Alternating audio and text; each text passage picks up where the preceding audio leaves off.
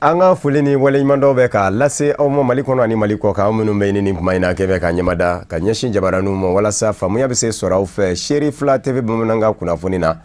mimi wala like aw ye Mali kunga ani jien famoro kunga ma fa ngoni ya akuma sele bakuruba kuna fonu mfle nyondeme kalo ni kerefede keleli kalo kadra kono ANP ye demeke ka nyeshin jakulu do mo anga jamana kono Mauludo Nabawi kadra kono dogoba mi mbisigi senga ni nyinanya tako sabana ye foire du Mauluda labemba uni jagokela ufara la nyonga ka hakili fale mbalonge labe choya ukunga palais de la culture la bamananga kuna foni na kumabawe nununde ye minoni soni amina ndadu bela jelela ka wala like awiye au dangana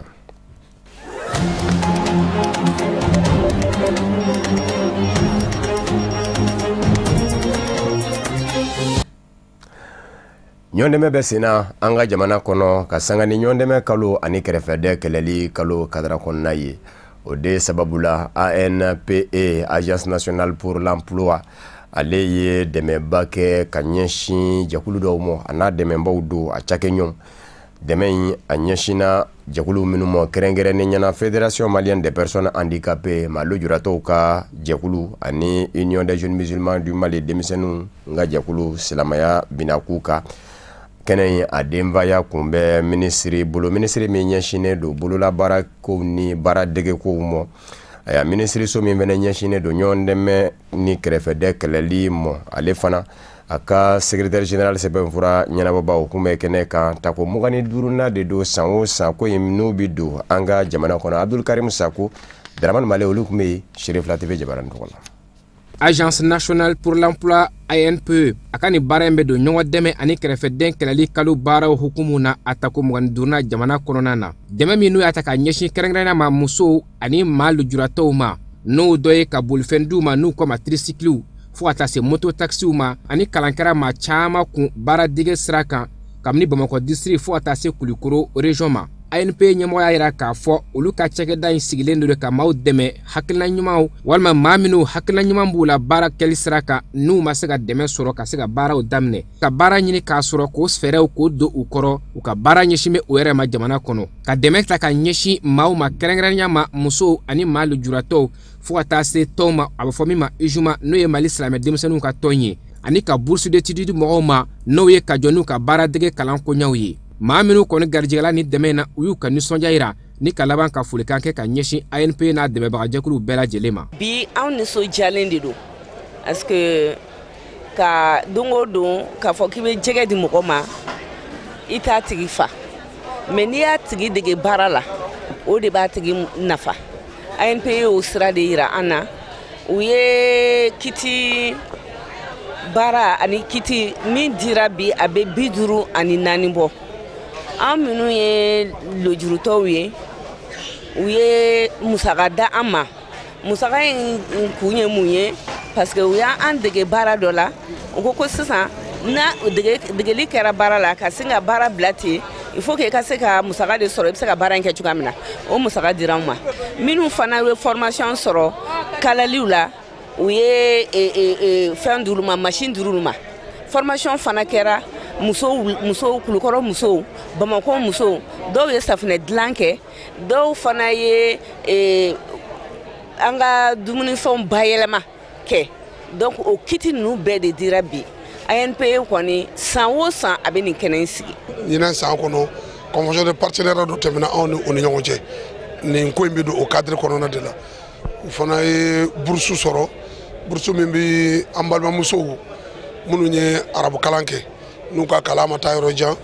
nu ba fe kata bolu la bara do kalanke surtout tayeria ko pek de boursu di ANP ma ANP fana ya kanu ko boursu tandur di ijma femi ONG Alfarou anyamai akala sigdenye kenesoro ayra fulika ke ka nyeshi ANP barakelaw bela jelema ayra ka fo uni ANP ka tege di nyoma bara hukumuna ko tege nyona mai abara la ko akaba nyini alafe albi ka tege di nyoma bara ka sega sabati jamana donga lafia kama sigatala nimbara nu nyona nunde beke fenye ka jamana lafia kada ka makelen shite sekola menan farla nyon ka ambe ko belebela doke am fana ka limana do de ka foko ka demeke o ye tien nga ika ma deme fena femi ba nafa shini o de kaka o de kama ɲina ni maa min y'a jate onge Alfaruk ye kalalikɛla machine 80 a y'o de di mun kama a dira mɔgɔ minnu ma o ka se ka kalan wa o ka se ka fɛn k'u yɛrɛ o ka fisa don o don o ka fɔ a y'an sɔn. Ministre min ka koɲa ɲɛsin bɛ baara ko ani baaradege koɲaw ma ale de kun ye baara in bɛɛ lajɛlen ɲɛmaa ye ko ɲɔgɔn dɛmɛ ani kɛrɛfɛden kɛlɛli kalo ko an b'o de la ko wa ko ANP ye k'a yira k'a fɔ tiɲɛ yɛrɛ la an bɛ ɲɔgɔn dɛmɛ kalo la ni ka laban ka welewelekan kɛ jamanaden bɛɛ lajɛlen ma bɛɛ ka u ladege ni dɛmɛ tali ka ɲɛsin maaw ma minnu n'a ka kan kɛrɛnkɛrɛnnenya ma maa lujuratɔw. Anw bɛ baara ɲini na maliyɛn bɛɛ de ye baara tɛ ɲini sen filatigiw dɔrɔn ye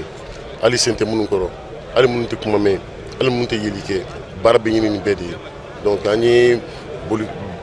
bolifɛn di dɔw ma n'o ye tricycle ye machine la coudre dira dɔw ma walasa k'u dɛmɛ u ka baara la u ka baara sinsin walasa u ka se ka nafa sɔrɔ a baara la an ye bourse fana di bourse 40 di lujuratɔw ma ani association des jeunes musulmans an ye bourse di o fana ma walasa u k'u ka denmisɛnninw bila ka taa degeli kɛ coupe couture ani stylisme na. Agence nationale pour l'emploi ANPE a ka nin ɲɔgɔn dɛmɛ baaraw hukumu na dɛmɛbagajɛkulu minnu b'u la o dɔ ye ONG Alfaruk ani centre d'orientation professionnelle de coupe et de couture n'o ye COPCC ye. Mali kunnafonisow ɲɛmaayaso haute autorité de la communication aki ye kunnafoni di kɛnɛ sigi senga ka sabu kɛ a kɛmɛ ka wele da ka ɲɛsin mɔgɔw ma walikɛlɛ jɛkuluw ma minnu y'a kanu ka kunnafoni di so dayɛlɛ Mali jamana kɔnɔ juma novembre kalo tile gale kunnafoni di kɛnɛ min sigira senga o ɲɛfɔli de kɛnɛ kun do baaraw bɛ ka taa cogo minnu na laɲini minnu kɛra arajo tigiw fɛ walikɛlɛ arajo so ɲinibaw fɛ u ka gafew tɛndɛn jogo aya ko in kun bɛ tali kɛ o de ka autorité de la communication aki ka fɔla Mali jamana kɔnɔ yɔrɔ 80 ɲɔgɔnna de bɛ yen kunnafoni disow kan ka dayɛlɛ yɔrɔ minnu na wa nin wele min dara autorité de la communication haki fɛ nin y'a siɲɛ filanan ye bawo gale kɛra san 2017 juin kalo la o senfɛ yɔrɔ 30 ani yɔrɔ 7 nzira ka kunnafoni diso sɔrɔ nga walasa faamuya ka se ka sɔrɔ ko in dafɛ hali bi maa min bɛ jɛkulu kunna jɛkulu min ɲɛsin bɛ maaw ka kunnafoni diso ɲinini gafew bisimilali ma Alioune Jim ale bi caman bɔ an ye a la Sadio Sidibe ni Ibrahima Kulibali ka kumagalamani na. An ka bi point de presse a tun bɛ fɛn min kan o de ye ka kunnafoni di jama ma kunnafoni min ni a bɛ tali kɛ an ye appel à candidature min ni an ye a lancement kɛ kalo tɛmɛnen na ni a kun cɛra ka bɛn ni novembre kalo tile 30 ye ka kunnafoni d'u ma mun kan n'i ye baara daminɛ jango ni ɲɔgɔn baara sugu a ka kan ni ɲɔgɔn dan b'a la fan o fan n'aw bɛ se ka kunnafoni jɛlenw di mɔgɔw ma walasa bɛɛ b'a dɔn baara bɛ ka kɛ ni jɛlenya ye a ka kan a ka kunnafoni di o waatiw la bi kun ye kunnafoni di nɔ dɔ ye parce que an ye baara minnu kuncɛ nin ye ni o ye appel jaabiw minɛli ye an ye kunnafoni dɔw sɔrɔ o kunnafoni ye mun ye jamana in kɔnɔ an ye a jateminɛ k'a fɔ mɔgɔw ka laɲini kɔnɔ u y'a ɲini rajosow ka dayɛlɛ u ye fɔlɔ rajoso dayɛlɛ tun bɛ kɛ ni demande de ye nka sisan o demande ko tɛ se la an ye jateminɛ kɛ k'a fɔ laɲiniw kɛra cogo sugu bɛɛ la ka da o laɲiniw kan an ye bolodali kɛ bolodali min an y'a kɛ o y'a to an ka fréquence 160 bila sen kan fréquence 160 min ni an ye a bila sen kan maaw ye an y'a yɛrɛ kɛ sigida 80 de ni ɲɔgɔn cɛ sigida 80 maa minnu y'u kɔma bɔ fréquence ko ma ka na dossier ta ka na bɛn ni baara banni ye o bɛnna maa 380 ma minnu ye sɛbɛn ta ka jaabi don sɛbɛn na ka na bila o bɛnna maa 268 ma ka bɛn ni baara kuncɛli ye olu ka baara min olu ye baara sɛbɛn minnu bila sa olu de jateminɛ bɛna kɛ olu de kɔnɔna na sisan k'a dɔn min ka ɲi ni min ye min n'a ka kan k'a di n'an sera ɲɛfɛ ni o fana waatiw ni kunnafoni di min ka kan ni ala sɔnna ma wele bɛ kɛ aw ma ni ka o kunnafoniw di aw ma walasa jama bɛ se k'a dɔn baara kɛra kɛcogo min na appel à candidature bɛ boli fréquence 160 de kan fréquence 160 a bɛ na yɛrɛkɛ sigida 80 de kɔnɔ sigida 80 ninnu fana kɔnɔna na maa minnu y'u kama bɔ o bɛnna mɔgɔ 380 ma maa minnu y'u ka sɛbɛn di o bɛnna 268 ma. Anya fo ye bakuruba kunnafoni na Mauludu Nabawi kadara kona ngundugu Muhammadu nema ni kisi be aye ka bangeni min na bi ɲɛnamaya silamaw fɛ kɛnɛba sigi bɛ senga ɲina ɲo san zabana ye dɔgɔ do ni o ye foire du Mauludu ye maa minnu y'a ko labɛnnaw ye u ni jagokɛlaw ye ɲɔgɔn sɔrɔ palais de la culture la ka se ka hakili falen kɛ labɛnw cogoyaw kunkan. Foire du Mauludu tako sabanan ye a bɛ kɛ Korofinando la ti kɛnɛba kan sigida Gale ka daminɛ Novembre kalo tile kɔnɔntɔn ka taa se a tile 16 mɔ. Kɛnɛ a denfa ni o ye Foire du Mauludu denfa ye Mohamed Lamine Dem ale tun bɛ kɛnɛ kan ka fara commission Sherifla TV commission de gestion Sherifla TV ɲɛma Samba Kulibali kan ani maaba caman wɛrɛw an ka maa minnu kun bɛ kɛnɛ ka Sadio Sidibe ni Ibrahima Kulibali. Ka kenyeni nyene Mauludi bara ɲɛnamayalu ye a comité d'organisation mawu ye lajɛrɛba dɔ sigi sen kan juma tɛmɛnen palais de la culture la Amadou Ampateba kɛnɛ kun ye fɛn min ye ka se ka famali caman di opérateur économique fo ka taa se kɛnyɛrɛ baara tigilamaw ɲinɛ Mauludi foire ɲɛnamali baaraw kan ni a nundon baaraw bɛɛ bɛ daminɛ ni novembre kalo tile 9 ka taa kuncɛ a tile 16 ni ɲɛnajɛba in ni a bɛna kɛ sababu ye ka opérateur économique fo ka taa se kɛyɛrɛ tigilamaw ka se k'olu kalanso ɲɔgɔn na min b'a to ka se k'u ka fɛɛrɛfɛnw bila jɛma k'a ye cogo min na ɲinɛ jamana 30 kɔ o de bɛna ye Mauludu kɛnɛ kan min sen fɛ jɛmukan kɛrɛnkɛrɛnnen olu bɛna sigi min b'a to ka maaw nisɔndiya foire kɛnɛ kan o de kadira kɔnɔna na a comité d'organisation maw u ye yɛlɛmabolo caman don ɲinantaw la minnu bɛ tali kɛ stani sigiyɔrɔma caman kan k'a ɲɛsin kɛnyɛrɛ tigilamaw fo ka taa se opérateur économique ani minnu bɛ dɔgɔdɔgɔnin feere ni sanni kɛ ni a wariw bɛɛ dama ka ɲanen don. An y'a lajɛba min kɛ palais de la culture la bi wulɛn na a kun ye ka se an ka jagokɛlaw wele ani k'an ka partenaire ninnu wele an ka sponsorw wele ka se ka na foire ko yɛrɛ ɲɛfɔli k'u ye halisa k'a bonya da an ka commerçant bɛɛ lajɛlen kan k'a bonya da an ka partenaire bɛɛ lajɛlen kan bololabaarakɛlaw an ka tailleur mɔgɔ bɛ yen nɔ n'i ko jago de an y'a bɛɛ lajɛlen de wele bi ka se ka na ɲɛfɔli k'u ye foire min n'a kan ka kɛ Korofina ballontan terrain kan n'a bɛ daminɛ le 9 16h pile foire Mauludu 2019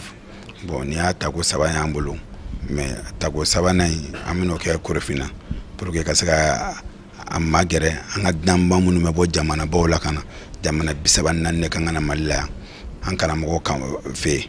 donc ka se ka na Mauludu ɲɛnama yɛlɛmaba de donna a la ɲinan o ye jumɛn ye parce que an nana sanu sugu industriel caman ta an ka sponsor bɔ mina min ta ani télé Sirifila fana bɛ ka bolo di ɲɔgɔnba kɛ a la ɲinan kosɛbɛ an ka commerçant jagokɛlaw yɛrɛ bɛ se ka ye foire yɛrɛ kɔnɔna na kuma bɛ don o don cogo min na donc o de ye yɛlɛmaba b'a la ka se ka sɔrɔ ka na sanu ninnu kɛ fo suguya 4 an ka jagokɛla misɛnnin minnu bɛ yen nɔ ka na olu ka feerekɛyɔrɔ kɛ 2000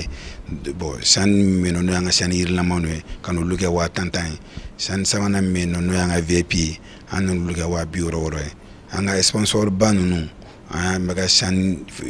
belebeleba dɔ fana labɛn n'o ye nin bɛɛ de bɛna décorer olu ta ye 1 million a bɛɛ n'a nafa don parce que u ka jago fɛnw mina lakodɔn kosɛbɛ a mina tɛmɛ télé Sirifila la chaque fois débat mina k'u kan u bɛ se ka o de foire yɛrɛ avantage ba ye ɲina foya n'a bonya a taara ka di Mohamed Lamine Dem ni ale groupement des leaders spirituels musulmans du Mali ma ye a y'a ka nisɔndiya ni ka tila ka foli ni tanukɛ ka ɲɛsin comité d'organisation maw u ye bonya min ta ka sɛgɛrɛ ni mɔgɔw kɛr'i fɛ kanu pirita la groupement mɔgɔw ka ca ni sugandili nana bɔ ne kan o diyara n ye dante diya min na kɔ n b'u fɔ k'u wale ɲuman dɔn a bonyana ma fana n bɛ ala deli a dabɔra min kama a ka tɛmɛ o kan a ka ɲa a ka daminɛ hɛrɛ la ka ban hɛrɛ la laɲiniw bɛɛ ka sabata kɔnɔ n bɛ ala deli o de la ɲɔgɔnnajɛrɛ ye min ni a kɛra sababu ye ka kunnafoni caman di maaw ma min bɛ tali kɛ Mauludi baara kunkankow kan a bɛɛ kuncɛra ni duwawu ye min b'a to ɲina Mauludi bɛ se ka kɛ sankɔrɔta ye cogo min na.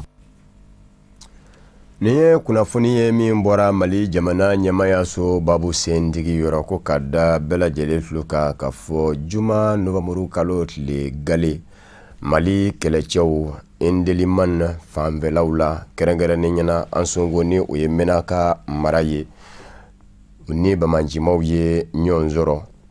ni olu bɔra joginiw fɛnɛ kɛra minɛnw jɛna nga Mali lakana tigilamaw ye wuli ka jɔ kɛ o yɔrɔ bɛɛ ka dɛmɛ don ka ɲɛsin u toɲɔgɔnw ma yɔrɔ la ka se ka yɔrɔ lakana ni ka laban ka maa minnu kɛra kokolo kɛbaw ye k'u sɛbɛkɔrɔ nɔbɔ. O la Mali jamana ɲɛmayaso ko nin wale min kɛra nin ye ka ɲɛsin Mali cɛfini tabaw ma wale don min bi kɔnjogo bɛɛ lajɛlen da dɔ la ka sɔrɔ ka jira k'a fɔ min ye tasibila ye o bi kɛ ka ɲɛsin maa bilenw ma ani minnu joginen don ka nɔgɔya da kɛ olu ye ka laban ka da bɛɛ lajɛlen tulo kan k'a fɔ maa minnu bɛ an ka jamana kɔnɔ dunanw na ni cɛfini tabaw don u bɛ ka an dɛmɛ jango an bɛ se ka an jugu kɛlɛ ni o ye diɲɛ bɛɛ lajɛlen jugu ye bamanjiya. O kumana Mali jamana ɲɛmayaso ko a bi a ɲini malidenw fɛ bɛɛ ka fasoden ɲumanya kɛ italan ye dusukun ka lami ni faso kanu ye jango Mali jamana bɛ se ka bɔ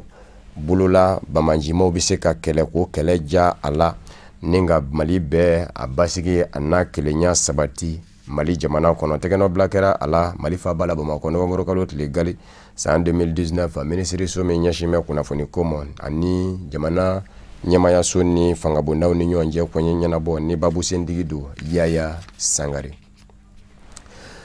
O de fana b'an sɛnsɛn ka diɲɛ fan wɛrɛ kunnafoni lasɔrɔ nka bi daminɛ Mali jamana kɔnɔ ka taa laban Faransi kunnafonidila fila fara Mali jamana kɔnɔ jamana kɔrɔyanfa marabolo Kidali kɔnɔ. Ghislain Dupont ani Claude Verlon RFI kunnafonidilaw kun don a ko kɛ ni bi cɛ san 6 don nka hali bi a fɔ bɛ ko sɛgɛsɛgɛli bɛ senna nka sɛgɛsɛgɛli in kɔni ngɛmɛ kɔtɛ ka taama ye a sɛbɛkɔrɔ sumaya bɛ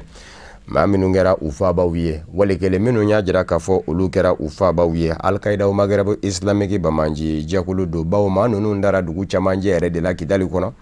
ni ka t'u fa Kidali soforokun na u ma se ka nɔbɔ ka k'u la maa si fɛ.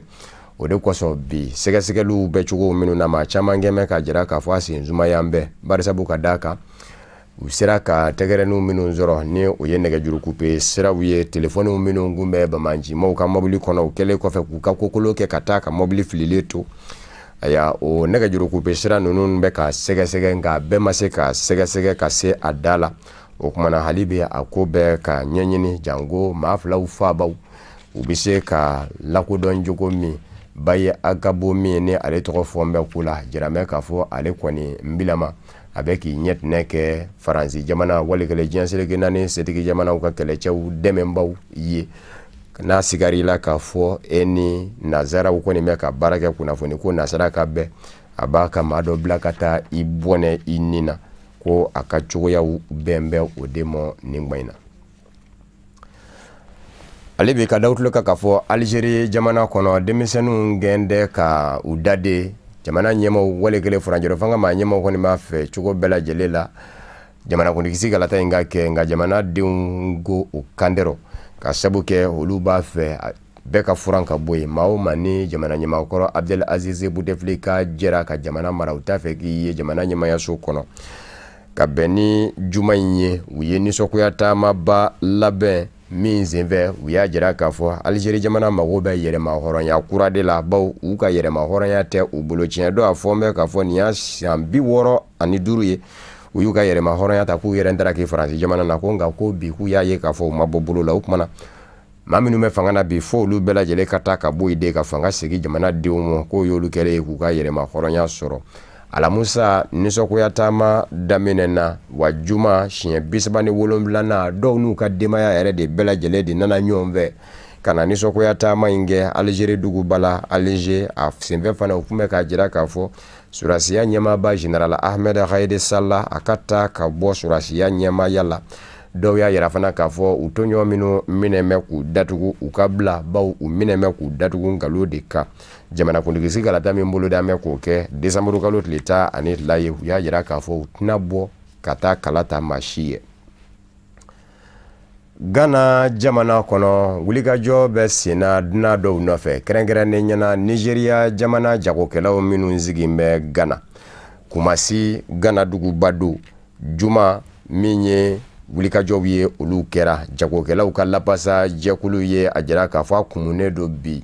Nigeria jagokɛlaw kɔrɔ Ghana dugukolo ka sabu kɛ bibi na Nigeria jamana ɲɛma Mahamadu Buhari kɛmɛ ka jira k'a fɔ Nigeria daw suwalen don dondi kɛ ni minan ye bɔti kɛ ni minan ye a kun de ye Nigeria jamana sɔrɔ bɛ se ka basigi fɛn minnu bɛ yen ni olu dɔw ye fɛn yurukulenw ye ko jamana bi kisi olu dɔw doni ma nka da in nduguli Nigeria fɛ a digira jamana caman na Ghana yanfanw ni jamana wɛrɛw la farafinna tile bi yanfa fɛ o de kosɔn Ghana maa ɲɛmaw walekele Ghana jagokɛlaw ka lapasa jɛkulu o y'a yira k'a fɔ Ghana yɛrɛ kɛmɛ ka sariya dɔ ta k'a fɔ a ti daga n'a ye i ka jago dɔdɔnin kɛ k'a détailler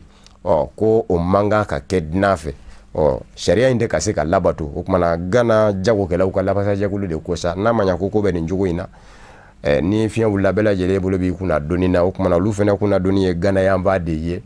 sariya in ka don bala n'o tɛ Nigeria jamana kɛ ko min ye nin ye k'a ka daw tugu ko minan tɛ se k'a kɛ bɛ degunba ye olu jagokɛlaw ma Ghana jamana kɔnɔ nka Ghana maa ɲɛmaw k'u bi a ɲini jagokɛlaw ka lapasa jɛkulu fɛ u k'a lajɛ ka ji dɔ kɛ u ka minɔ baw n'u tora ka bila dunanw na a bɛ kɛ sababu ye ka ɲugu don Ghana jamana ni a dunan ninnu nga jamanaw ni ɲɔgɔn cɛ o kumana ko o manga ka sabu kɛ an bɛɛ jɛn bɛ kɔnɔ kelen de la n'o ye tile bi yanfa in ye a ka kan an ka cogoyaw ka kɛ kelen ye nin kɛra Ghana maa ɲɛmaw ka kuma ye ka lase Ghana jagokɛlaw ka lapasa jɛkulu maa ɲɛmaw ma. Afrique du Sud jamana kɔnɔ bibi na maa minnu bɛ yen ni dunanw don kɛrɛnkɛrɛnnen ɲɛna Nigeria ka denw kɛbɛ olu kɔ ye bawo Afrique du Sud ka den kɛmɛ k'i ɲɛtinɛ kɛ farafinden ye wa Nigeria ka den ka ca ye kosɛbɛ dunan minnu bɛ yen sa ni olu sigalen don k'a fɔ n'u tor'u yɛrɛ mɔ k'u ma lakana ko Afrique du Sud ka den ninnu bɛ t'u bɔnɛ u ni na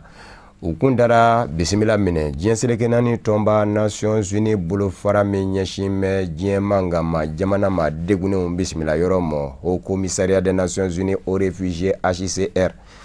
Afrique du Sud ka denw de taara don u ka ye k'u jagoya gɛn ka bɔ yen u t'an bɛ bisimila minɛ kapu église dɔ de kɔnɔ bi an b'aw ladɔnniya k'a fɔ kabini octobre kalo daminɛ a ya dunanw bɛ ka ɲini Afrique du Sud maa ɲɛmaw fɛ u k'a lajɛ ka olu lakana ka sabu kɛ min y'o sɔrɔ kɔsada in na u t'a fɛ a ɲɔgɔnna wɛrɛ ka kɛ olu yɛrɛ hakilina tigɛ n tɛ bilen Afrique du Sud jamana sigili la o kumana olu dunanw ka lakana maa fanba dunanw na Afrique du Sud jamana kɔnɔ Congo Kinshasa denw Nigeria denw Somali jamana denw Burundi jamana denw ani Rwanda jamana denw olu de fɛnɛ tɛmɛ bisimila minɛ église in kɔnɔ aya ni u kɛmɛ ka u daga ye ka sabu kɛ aya ta yɔrɔ tɛ u la bilen Amérique maa ɲɛmaw ye a jira k'a fɔ degun min bɛ olu kan dunanw ka degun de don dunan minnu ni olu bina a caman ye cɛnikɛla de ye o kumana u kɛmɛ ka sariya dɔw ta minnu ye gɛrɛndɛw ye jango Donald Trump yɛrɛ a n'a fanga na a sina ka jira k'a fɔ jamana damadɔw bɛ yen olu kɔni tɛ don walikele olu denw tɛ don Amérique jamana kɔnɔ ko in labana ka dakoya a la kiiribulon dɔw fɛ ka ko in fari fa nka Donald Trump a ma ko in bila a kɔni ye musalaha min kɛ o ye ka lajɛ san kelen ɲɔgɔn na ka di jamana dɔw denw ma u ko minnu ma ko aw bɛ se ka tandansigi anw ka jamana kɔnɔ ka sabu kɛ degun b'aw fɛ yen o kumana ka bɔ nin kuma in na ka taa se nin kuma in ma yamaruya bɛ di aw ma Amérique jamana sariyaw fɛ aw ka bisimila u ka ma ko résident temporaire ko k'a lajɛ ka san kelen fara o kundala kan n'o san kelen dafara k'u b'a lajɛ ka a wuli a ɲɛsin bɛ jamana damadɔw ma kɛrɛnkɛrɛnnen ɲɛna Haïti jamana Salvador Honduras Nicaragua Nepal ani Sudan jamana Donald Trump a y'a yira k'a fɔ ko in bɛ to sen na fɔ janvier kalo tile 4 san 2021 n'o kɔni dɛmɛna sa aya kɔni bɛ kɛ sa n'u kɔni ye maa min kɔni sɔrɔ u bɛ labɔ u ka jamana kɔnɔ koyi ko barisabu ka da kan ko in yɛrɛ a ɲɛsin bɛ jamana caman de mɔ bi ko n'a ɲɔgɔnna degun tɛ a jamana masinaw kɔnɔ yɛrɛ ko misaliyala Haïti jamana o ta dabɔra kun min kama dugukolo yɛrɛyɛrɛba min kɛra Haïti ni diɲɛmaa ye Haïti jamana hinɛ minɛ ko Amérique jamana ye ko in kɛ o de kadara kɔnɔ ko nka ko o bilama ko tɛmɛ kuma mɛn bɛ a y'a ko kumana ko a man kan sariya in n ka to sen na Amérique jamana bolo ka ɲɛsin dunan dɔw ma ka bamanankan kunnafoni kuncɛ ni farikolo ɲɛnajɛ ye joliba ase a ma ɲɛmaw ni kunnafonidilaw ye ɲɔgɔn sɔrɔ alamusa ni ka lajɛ ka hakili falen kɛ labɛn cogoya kunkan a kɛra joliba dagayɔrɔ la hɛrɛma kɔnɔ ka se ka ɲɛfɔli kɛ kunnafonidilaw ye dolati min bɛ senna Coupe CAF ni joliba taara i wasa don a y'a Tchadi dolati club dɔ la ko Electa Sport du Tchad segini o bɛ kɛ Mali jamana kɔnɔ Stade Omnisport Modibo Keita la dimanche nata o tumana labɛn kɛ bɛ bilenmanw fɛ cogo minnu na a y'a da donna o de la ka o walawala kunnafonidilaw ye Boubacar Traoré ani Nuhu Mukone olu tun bɛ Chérif la TV Jabarani tɔgɔ la. Joliba AC ale ni Elecsport du Tchad ka ɲɔgɔn sɔrɔ nin kari na Stade Omnisport Modibo Keita la min bɛ tali kɛ Tour de cadrage Coupe CAF kunkanko kibaruya la ka maaw hakili lajigin k'a fɔ t'a la min kɛra duwakun tɛmɛnen Joliba kɔni ye sebaya sɔrɔ 1 ani kanangolo wa Joliba dolantanaw yɛrɛ hakilina tɛ dɔwɛrɛ ka se ka fɛɛrɛ kɛ min b'a to u bɛ se ka qualifier ka don phase de poule kɔnɔna na cogoya min na. Donc an taara sɔrɔ terrain état man ɲi donc o hukumu kɔnɔna na a kumana an fɛ tuguni ka ɲɛ kosɛbɛ pour que an ka se ka kɛ aguerriw ye surtout situation fɛn fɛn mana na an ka se ka an yɛrɛ bɔ o kɔnɔna na donc je crois que an ye baara kɛ o kɔnɔna na an b'a terrain ko bila an hakili la ka tuguni avant les matchs. O fɛn nin filɛ nin ye histoire de don mais a tɛ n'a fɔ komi fɛn dɔ de don c'est continuel et fana a tɛ n'a fɔ an bolo ko an ma deli ka match gagner Bamakɔ yan nɔ an delila ka match gagner yan nɔ mais n b'i wele kan min bila ka ci an ka supporters ma u ka bɔ u ka caya u kana jukɔrɔma don kosɛbɛ parce que jɛgɛ jigi fana ye baji de ye u ka bɔ u ka caya u kana jukɔrɔma don pour que an bɛ se ka qualification ɲuman sɔrɔ cogo min. wa min ye Joliba dirigeant olu kɔni y'a yira k'a fɔ u k'a ka fɛɛrɛ fɛn fɛn kɛ min b'a to dolantanaw bɛ se ka bila waleya ɲuman na olu kɔni kɛra nka u na fɛɛrɛ bɛɛ lajɛlen kɛ cogoya min na supporters bɛ se ka bɔ ka taa équipe senkɔrɔma don kari nata Stade Omnisport Modibo Keita la. Joliba ko tɛ Mali ko don an bɛɛ lajɛlen ka jɛ ka fara ɲɔgɔn kan Tchadiens kan ka na an sɔrɔ yan nɔ an b'an bara de j'espère que on va pas mettre trop de pression sur l'épaule des jeunes mais il faut également être là pour donner les souffles nécessaires pour que denmisɛnnin ninnu bɛ se k'u transcender pour que an bɛ se ka nin match gagner cogo min match in gagneli tɛ an kana 3-0 k'u la ou bien ka taa 0 ou bien ka talonnades ni fɛnw kɛ non match in gagneli ye min ye ka qualifier pour nous c'est ce qui est le plus important parce que aujourd'hui je vous dis encore une fois c'est que fɛn nɔgɔmani tɛ parce que ni mɔgɔ minnu bɛ Joliba ka prestation suit aw b'a dɔn k'a fɔ bi bi in na l'effectif du Joliba est très limité en tout cas sur le plan africain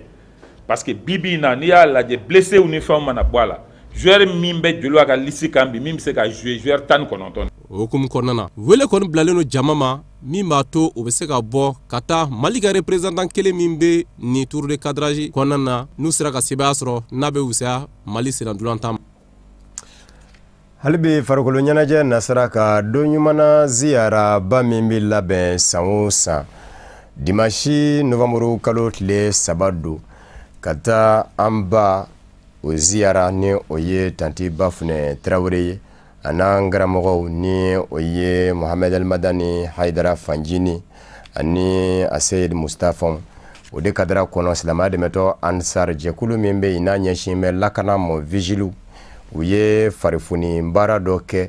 ka yɛrɛ sifilɛ n'o y'a sɔrɔ labɛnw sabatilen don kama ko démonstration o kɛra don ɲumana ka bɛn ni novembre kalo tile gale ye san 2019 a denbaya kun bɛ silamɛya dɛmɛtɔ Ansar bolofara min bɛ Mali la o ɲɛmaaba Modibo Jalo bolo an ka maa minnu kun bɛ a kɛnɛ ka Boubacar Traoré Seydou Ɲare u ka sɔrɔlen filɛ.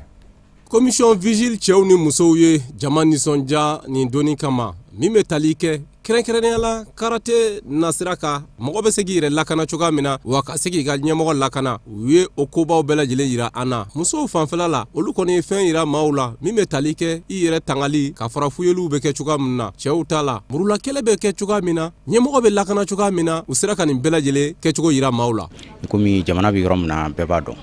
maliyɛn a taa a den ɲuman fɛ o la an karamɔgɔ bɛ yɔrɔ min na bi an y'a ye ani kɔlɔsili ka kan donc o sira kan silamɛw n'o ye amisa tɔndenw ye u farala ɲɔgɔn kan ka jɛkulu dɔ sigi n'o a bɛ fɔ o ma ko vigile minnu kɛlen don k'u ni n'u ka nafolo bila an karamɔgɔ ka lafiya kama fɛn in sigira ni nin hakilina de